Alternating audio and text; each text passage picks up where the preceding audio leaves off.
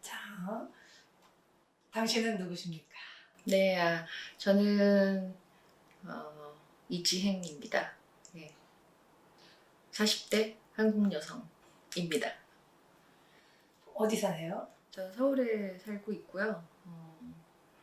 서울에 여기저기 살다가 지금은 서울에 약간 남쪽, 네, 남쪽에 살고 있습니다. 직업은 무엇입니까? 저는 문화 연구를 하고 있는 문화연구자입니다. 대중문화, 미디어, 그리고 팬덤 연구도 하고 있습니다. 딱 떠오르는 내 인생에 있어서 참 행복했던 순간이 있다면?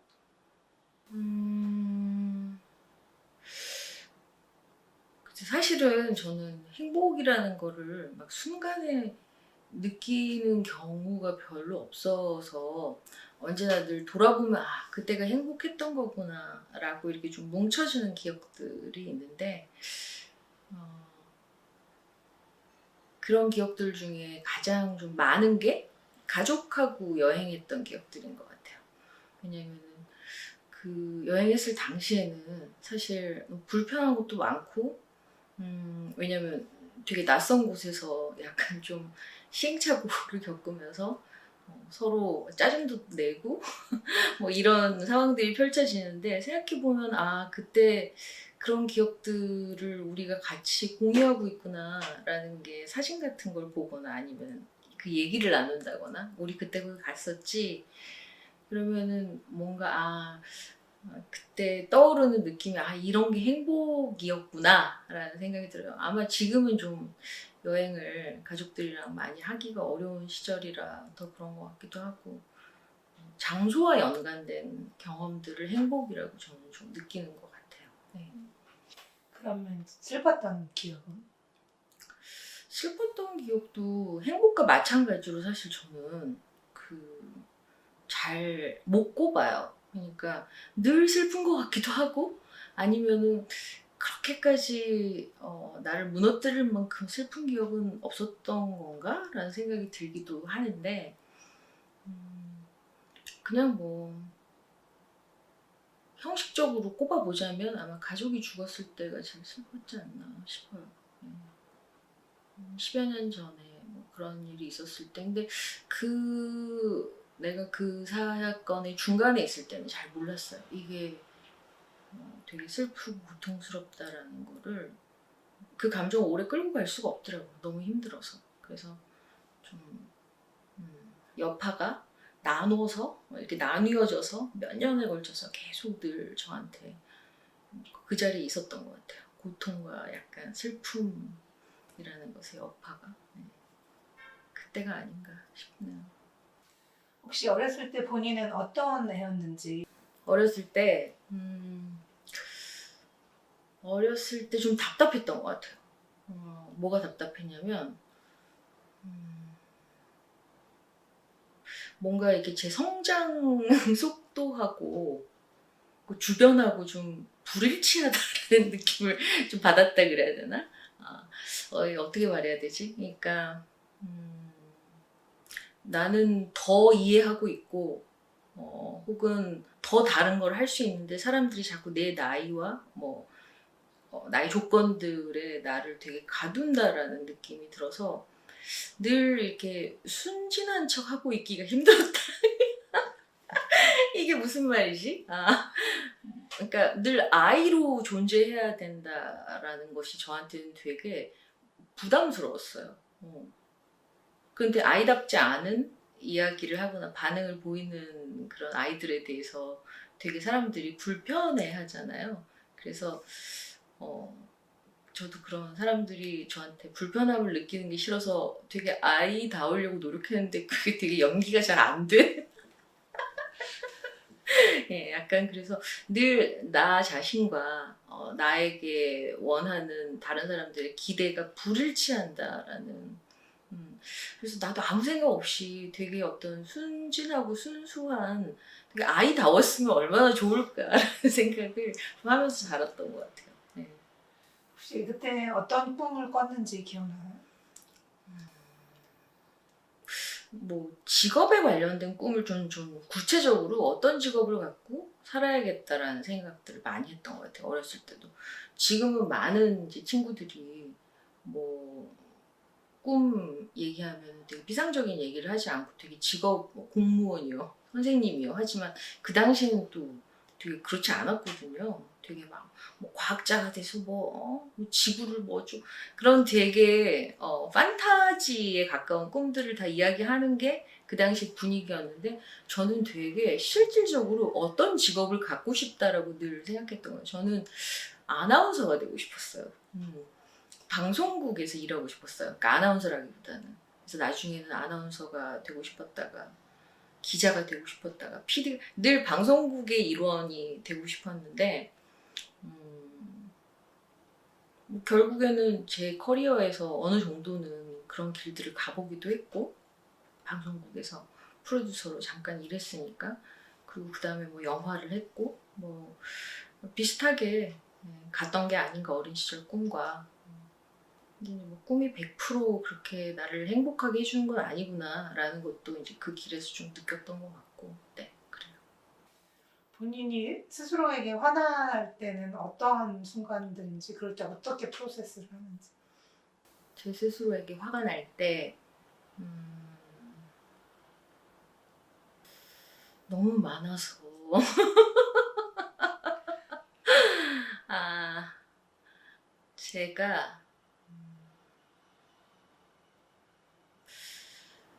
저는 늘 좀 감정적이지 않으려고 노력하는 편이에요.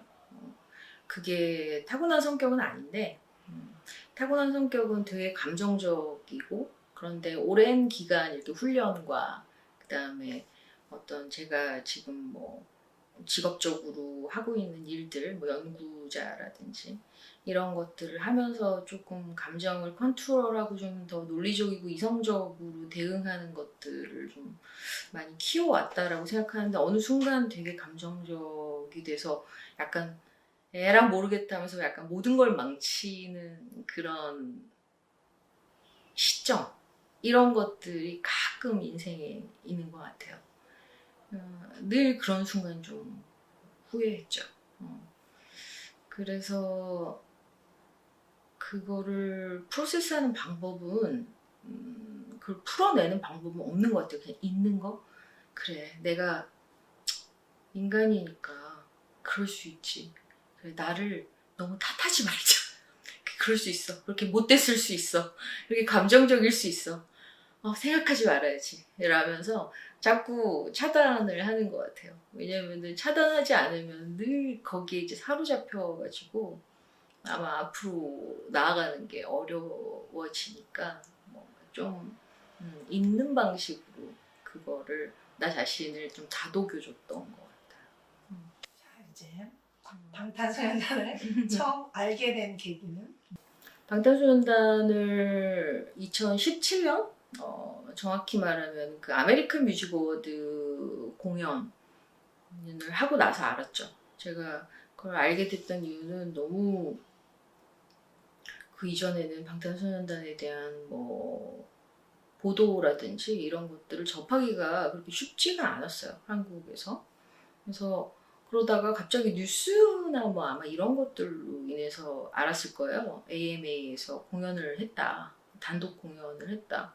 그래서 이제 그걸 유튜브에서 찾아보다가 이제 그때 유튜브에서 공연 자체보다는 공연도 물론 훌륭했지만 이 공연을 지켜보는 그 현장의 아미들 그리고 그 미국에서 텔레비 앞에서 이거를 막 너무너무 덜덜 떨면서 마치 자식 학교에 보낸 것처럼 너무 긴장하고 그다음에 자랑스러워하면서 보는 그런 미국 아미들을 보면서 왜 이러지? 이 정도 할 일인가? 이런 생각이 들면서 되게 특이하다. 뭐가 얼마나 특별한 게 있길래 이 사람들이 이렇게 단체로다가 정신을 놨나 생각이 들어서 이렇게 찾아보다가 이제 영원히 돌아오지 못할 길로 가게 된 것 같습니다. 돌아오지 못할게. 네. 그래 나도 암이 맞아라고 느낀 음. 어떤 그런 순간을 기억하시나요? 이건 되게 웃긴데요. 제가 2017년에 방탄 AMA와 그 관련된 아미들을 보면서 느꼈던 거는 약간 좀 학문적인 관심이 좀 컸어요. 예를 들면은 아니 왜 이렇게 다 한국말로 가사를 따라 부르고 응원구호를 막 외치고 아 이게 그런 감정이 접속이 되나? 어떤 과정을 통해서 이게 가능한 거지? 라는 거를 이제 궁금해하다가 그 과정에 되게 번역계라든지 이런 팬들의 그 굉장히 적극적인 활동이 이 브릿지를 엮어주고 있다라는 걸 느낀 다음에 아 되게 대단한 어떤 문화 현상이구나. 이 21세기 팬 문화라는 게 더구나 이게 이렇게 국경을 넘어서 굉장히 뭐 1세계에서 3세계 내지는 이제 주변 세계로 향하는 방향으로 갈 수도 있구나. 아, 1세계, 3세계가 아니죠. 3세계에서 1세계로 갈 수 있는 그런 방향, 약간 역방향의 분위기가 만들어질 수 있는 거구나 라는 생각을 하다가 저도 모르게 언젠가부터 아미 활동을 하고 있는 거예요. 그러니까 제가 했던 굉장히 수동적인 활동이었는데 그 2018년 초에 무슨 한국에서 투표 같은 게 있었어요. 무슨 뭐 되게 투표가 많지만 아무튼 투표가 있는데 매일매일 꾸준히 했어야 됐고 막판에 그 표 차이가 별로 안 나는 순간 제가 살 수가 있었어요. 투표권을.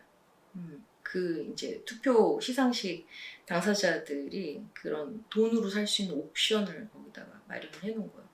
근데 제가 문화연구자고 제가 제 책에도 얼마나 이런 관습들이 잘못되었는가 팬들의 그 돈을 코 묻은 돈을 빼앗아서 팬들의 심리를 이용해서 막판에 그런 현질이라고 하죠. 현금을 질러가지고 뭔가 상을 주고자 하는 그런 걸 비판하는 글을 쓰게 된 이유는 제가 현질을 했기 때문이에요. 그러니까 제가 정말 약간 이성을 잃고 아니 지금 100표 차이란 말이야? 이러면서 막 돈을 지르면서 투표를 하고 있더라고요. 그걸 보면서 아 내가 갈 때까지 갔구나. 왜 이렇게 비이성적인 일을 내가 하게 되나? 내가 왜 이렇게 절박하게 얘네들을 이기게 해주고 싶은 거지? 라고 했을 때 아 내가 이제 어느 순간 어떤 범주 안에 들어와 버렸구나. 이제 다시는 돌아갈 수 없구나. 라는 거를 그렇게 좀 제가 봤을 때 되게 비이성적인 일까지 하고 있는 스스로를 보면서 느끼는 약간 어처구니 없음? 그런 것이 아 이제 아미가 되었고 되게 긍정적이지 않은 경험인데 어떻게 보면 되게 직접적인 어떤 그 깨달음이었던 것 같아요. 이런 짓까지 내가 할 수 있구나. 예. 그래서 그 다음부터는 이제 현질을 하지 않고 저를 돌아보며 그런 걸 어떤 그런 경험을 책으로도 써냈지만 아무튼 되게 평상시에 내가 아닌 다른 인격이 나타나서 투표에 돈을 쓰는 걸 보면서 아 내가 진짜 마음으로 이 사람들을 되게 응원하고 싶은가 보다 그런 생각을 했죠. 네. 약간 창피하네요. 근데 이제 이 방탄소년단이 본인의 삶에 변화를 가져왔다고 생각을 하는지. 뭐 팬이 된 이후로 제 삶의 되게 많은 부분을 알게 모르게 차지하고 있는 것 같긴 해요. 예를 들면은 팬 활동을 하면서 만났던 이제 아미들과 되게 인생에서 어떤 되게 좋은 그런 동반자 관계, 친구 관계를 이루게 된 것도 사실은 뭐 방탄의 덕인 거죠. 예, 방탄의 팬이 아니었으면 못했을 경험이니까. 그런 것도 있고 제일 큰 거는 이 7명의 각기 다른 이 청년들의 뭐 각기 다른 성격 그리고 각기 다른 어떤 인생의 목표, 감성, 태도, 상대방을 대하는 어떤 뭐 에티켓 이 모든 것들을 지켜보면서 나랑 닮은 부분도 있고 좀 되게 너무 다른 부분도 있고 근데 그런 것들이 저의 어떤 삶을 배워가는 그 그런 배워가는데 되게 도움을 좀 줬던 것 같아요. 왜냐면은 제가 나이가 들었다고 해서 뭐 사람 사는 게 다 거기서 거기고 특별할 거 없고 뭐 감동도 안 받고 이게 모든 게 굳어버리는 게 아니잖아요. 근데 그 7명이 각자 자신에게 주어진 어떤 운명이나 아니면은 일이나 인간관계나 이런 거를 대하는 방식들이 꽤나 그 나이대에 비해서 되게 성숙하기도 하고 다양하기도 하고 또 생각지 못한 부분에서 감동을 주기도 하고 무릎을 치게 만들기도 하고 그런 것들을 제가 되게 관심 있게 지켜보고 거기에 영향을 받고 또 어떤 순간에는 배우고 싶다라는 생각까지 드는 거. 사실 마음이 움직이는 게 이 나이 때는 되게 쉽지가 않아요. 근데 이 마음을 움직이게 7명이 각자 다른 방식으로 내 마음을 두드린다라는 거. 뭘로? 그들의 뭐 재능보다는 사실 뭐 재능은 너무 훌륭하고 하지만 그들의 그냥 인간됨, 존재 자체로 나의 마음을 두드리고 뭔가를 생각하게 하는 거. 내가 그런 자극을 누구한테 얼마나 받겠어요, 이 나이에. 그런 것들이 되게 훌륭하다. 그리고 나의 인생에 되게 전반적으로 영향을 지금 많이 주고 있구나. 네. 혹시 지금 본인이 꾸는 꿈들이 있다면? 제가 꾸는 꿈, 저는 나중에 남준이랑 인터뷰를 한번 문화연구자 입장에서 해보고 싶어요. 남준이는 굉장히 모든 인문학자들이 탐낼 만한 그런 약간 인생을 바라보는 태도 자체가 메타포를 장착하고 있는 사람 같아요. 은유.